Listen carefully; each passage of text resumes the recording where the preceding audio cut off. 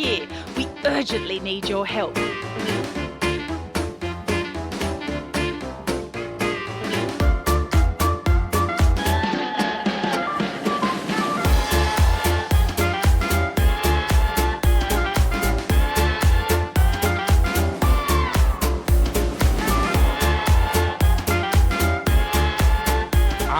Hello there. So you're the kind soul who's going to help me find me teeth. Well, hello and welcome to the Best in Heritage 2024. I'm Katie Goodwin from Art UK, and I'm delighted to be talking to Rosa Swire and Zoe Hogan from Museums Victoria in Australia about the award-winning project Flushback, which won a Museums Australasia Multimedia and Publication Design Award in 2023. So it's great to meet you both. Would you like to introduce yourselves?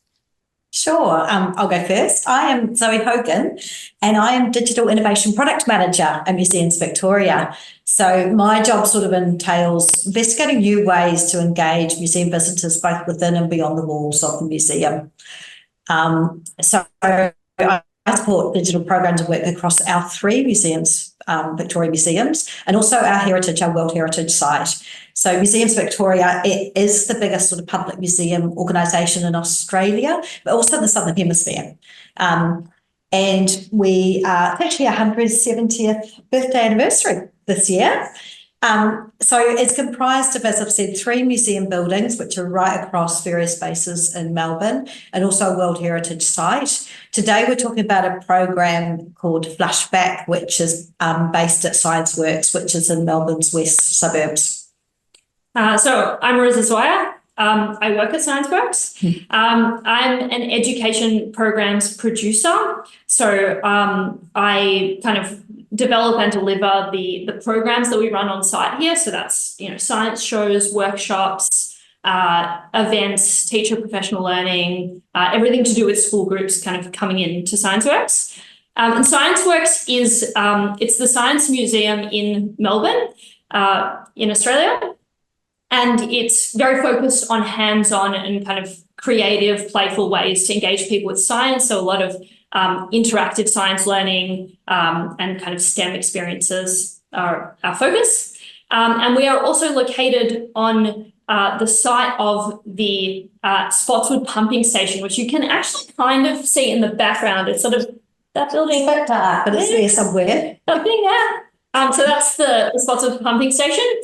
And it's a beautiful heritage listed building that pumps sewage from Melbourne out to a sewage treatment plant. Great, thank you very much. So can you briefly describe the programme? Briefly describe Flushback to us? Sure. So Flushback, it's an augmented reality quest style game. It's set in 1942 in the Spotswood pumping station. So this was the ScienceWorks Public Programs Education team, and you worked in partnership with Melbourne Water and Tentacles, which is an animation gaming agency based here in Melbourne. So the aim of this game, when you devised it, was sort of trying to bring this it was really quite an underutilised heritage spot, the pumping station. So this was a way to bring it back to life. We wanted to engage school groups and family audiences in the history of this 1890s engineering it's all preserved in the pumping station. So we created this, and we also, another thing we sort of wanted to do was talk about the the modern day urban water cycle and sort of education in that. So we created this augmented reality quest style game where students get to explore both the interior and the exterior of the site. They complete these fun challenges as they go. It helps them learn about the engineering particularly required to operate a Victorian sewerage and water system. And Melbourne before the pumping station was built, used to be known as Smellburn, because it was just it must have been horrendous, but the smell of sort of sewerage before the pumping station was apparently absolutely awful around here. So how it works is students, they pair up, they're given an iPad, and then they're encouraged just to free range around the pumping station themselves. The game uses augmented reality. So what that means is it combines the sort of exploration of the real space with 3D elements. And these 3D elements and these characters, they appear in situ, right at the point of relevance, in the real site. And so, like, for example, the player might be walking around the pumping station and meet some of the characters along the way who would have worked in the pumping station at around that time. And you kind of help them solve problems that they would have encountered. So, for example, at the straining well, you meet Arthur Wood, and he tells you a bit about the straining well, which literally strained sewage. And he tells you about how, you know, they find all sorts of things in the straining well, and sometimes they would find false teeth. And then you meet an old man who's lost his teeth, and you kind of help him find the right set of teeth. You kind of have to grab them and put them in his mouth. So that's one example. Another example is you meet Lucy Orford, who was a bacteriologist who worked in the pumping station. And she was actually the first woman to work in the pumping station. And you meet her and you help her collect samples and analyze some bacteria samples. Yeah. And then you actually learn at the end. So once you complete the game and you go around the site, there's an extra sort of level of challenge where you get to learn about the modern urban water cycle as well at the end. So what was the history of this award-winning programme? How did it come into being, and what were its aims? We really wanted to encourage interaction with the pumping station space. You know, we have this beautiful heritage listed building, you know, which people can walk through, but we didn't have great ways of engaging people with the space. And we wanted to do more than just put, you know, text up around the place that people can look at if they're interested. And we wanted to really engage families, kids, school students in a meaningful way where they interact with both the history and the engineering of the space, kind of bring that together. So we partnered with Melbourne Water, who actually do a lot of work at this site, to make sure that the whole program kind of met water literacy aims. We in our team have, you know, some expertise in interactivity and kind of engagement. And then we worked with Tentacles, who are an amazing development agency here in Melbourne, who do, you know, games and animations and things like that. So they brought that kind of gaming expertise. And within, you know, our museum organisation, we also have experts on the pumping station who could check that everything was really accurate. So kind of between all of those different pieces, we worked on what a game in the pumping station could look like, what sorts of problems, you know, a player could encounter, and sort of built the whole thing, did a lot of testing and pulled it together. Brilliant, thank you. So what do you think were the particular qualities and innovations which impressed the MAPTA Prize jury? So I think one of the really amazing things about Flashback is the way that it has you interacting with the physical space. So you are playing the game on the iPad, but you're not just doing things on the iPad. You have to be in that space and look around you and engage with it. One example of that is there are these speaking tubes in the pumping station. They're just a physical tube that goes down into the wells. And you wouldn't know what they were if you just came across them. But, you know, in the game, you knock on that physical speaking tube and you hear a voice speak back to you. It's obviously just a recording that we've gotten to play, but you're really using the speaking tube as a speaking tube to get your instructions in the game. So you're interacting with the physical site and using augmented reality to bring that kind of together. And I think another strength is the kind of the range of the challenges. So every level is different. You're doing different sorts of interactions. It's not just the same thing over and over again. And you're hearing these kind of different stories and meeting these different characters. I think for me, the quality that I really like about the game is that it's an experience that's really playful and fun. But it also retains that historical accuracy. And that accuracy is the research that's got into the characters and the problems that the players have to solve when they go through the game. They're based on these research of real people and these operational challenges that would have arisen in the pumping station at the time. and each of the challenges you go through, it helps you understand what it's like to sort of work in a pumping station at the turn of the century. The one I really like is you have to you get this AR shovel and you have to stoke the coal into the boiler, and you have to do it really quickly. And what it's showing, and it was quite exhausting. We were like, this is really exhausting. And our research was saying, no, this is how hard people had to work to keep that boiler going. So things like that I think, is things that I like about it. So what were the difficulties and positive experiences you had during the realisation of Flushback? I think when it comes to difficulties, it's actually often those constraints, particularly in the conceptual process. When you're sort of coming up with those solutions to the constraints, that's when you often deliver some of the most creative elements of the project, I've found. So some of the constraints for us, and I think this is certainly the case for us, but some of the constraints and parameters we set is that it was really important to ensure that the experience was accessible to everyone. So we made a decision quite early on to purchase and then lend out iPads to schools and everyone who wanted to try the Flushback experience. But in providing the access for devices, there's sort of quite a lot of additional logistics that you need to work out. We need to work with our visitor engagement team to sort of hire out that sort of, that lending out, working with sort of IT to sort of lock down computers, that sort of logistics that we need to do. I think also when you look at exploration of a heritage site, when you've got indoors and outdoors environments like we have, it means, so particularly in Melbourne, we're famous for our unpredictable weather, which means it's going to be like, glaring sun 1 minute and it's probably going to be raining about half an hour later.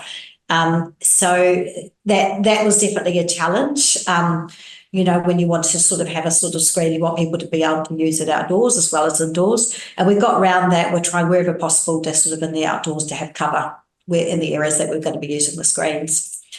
Working with lean budgets, I think all of us in museums and heritage building sites often work with quite lean budgets. So there's that balancing act between kind of getting that production cost and values and the quality of the animation and multimedia, and delivering a really good game.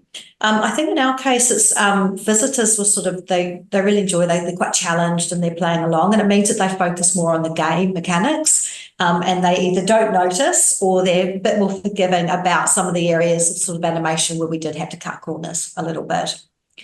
And then the other, less of a constraint, I would say, but a parameter that we really set for ourselves is the delivering the accuracy in historical facts. So just striking that balance between developing really engaging sort of characters and stories and fun activities in the game, but sort of maintaining that trust, that our visitors, they're having that trust in us that we're going to keep those accuracies of facts because we are a museum.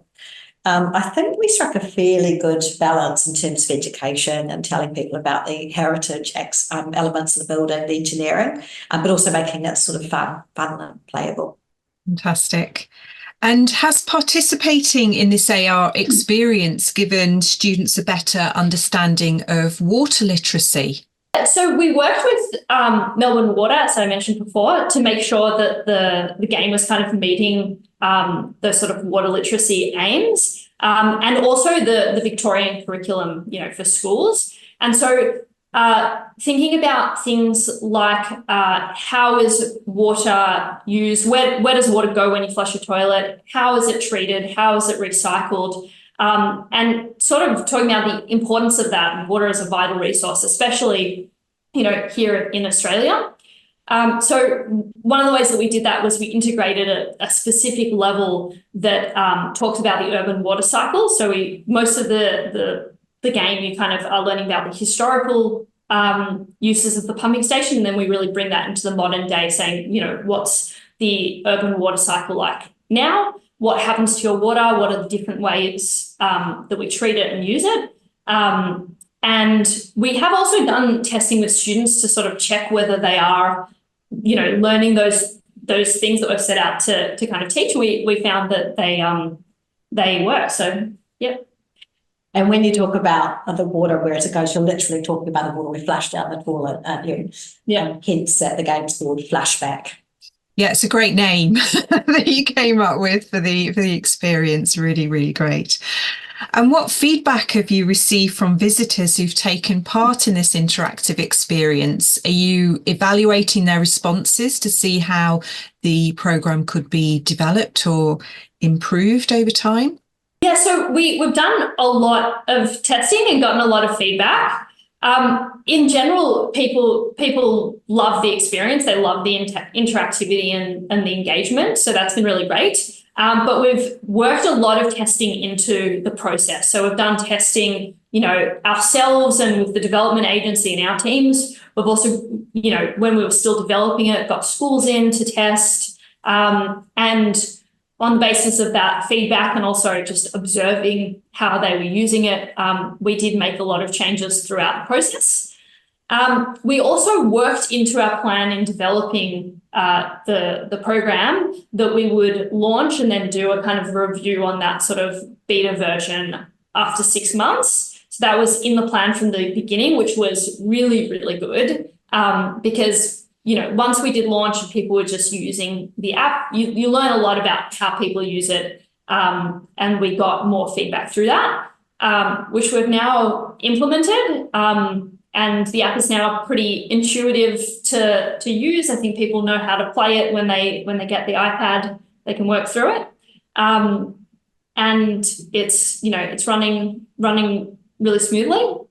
And you can really see with, how engaged visitors are. Like, for example, you give the iPads out to the school students and they just run off to go and do the challenges, and then you see them running from one spot to another spot, and they just love it. And we've gotten feedback as well from, families that have come in that if they had just walked through the pumping station, their kids would have been bored, but because they had flashback to, engage with it, they actually really, really enjoyed it and learned something along the way as well. That sounds brilliant. Thank you. So what advice would you give to other organisations who run historical sites like yours who might be interested in developing their own AR experience for their own visitors? Advice I would give if you're thinking about doing some augmented reality for your own historic place, I would say fiction's fine. It's great to add a bit of fiction, but accuracy is more important. So if you're going to introduce fictional characters or story elements, then you need to make it really clear what's true and what's fictional. And that way you'll it helps others to sort of navigate. And it just means you're maintaining this reputation, this trusted source of knowledge, what you are, what you need to be. Test on your users. The most valuable thing we did is, as we said, we were getting these school groups to participate and test the game for us. And they just gave us such invaluable feedback that as adults, we might not have realised. And for us, the schools were really happy. The teachers were really happy to have sort of something to get their classes involved in. So everyone was really happy to help. Think about how you're going to make that experience accessible for everyone. AR does involve smart devices, and it's one thing we kind of know is that you can't assume that every child in a family is going to have their own smart device. That's not the case. And also schools often, they try and limit smartphone device in class times. So you need to think about how you're going to be able to provide those devices to everyone. But then you also need to work out the logistics of managing those devices, because there is quite a lot of sort of logistics and administration that goes around that as well.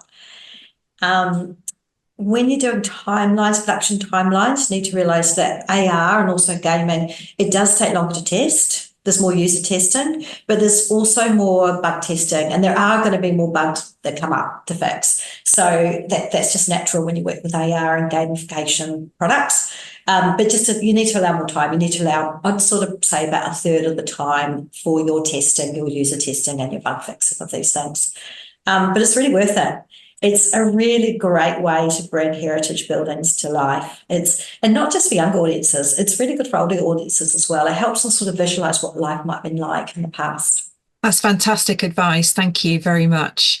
So thank you, Rosa and Zoe. It's been really great to talk to you today and to hear about your experience of setting up and running Flushback. It's been really interesting. So thank you very much. Thank you. Thanks for your time. Thanks.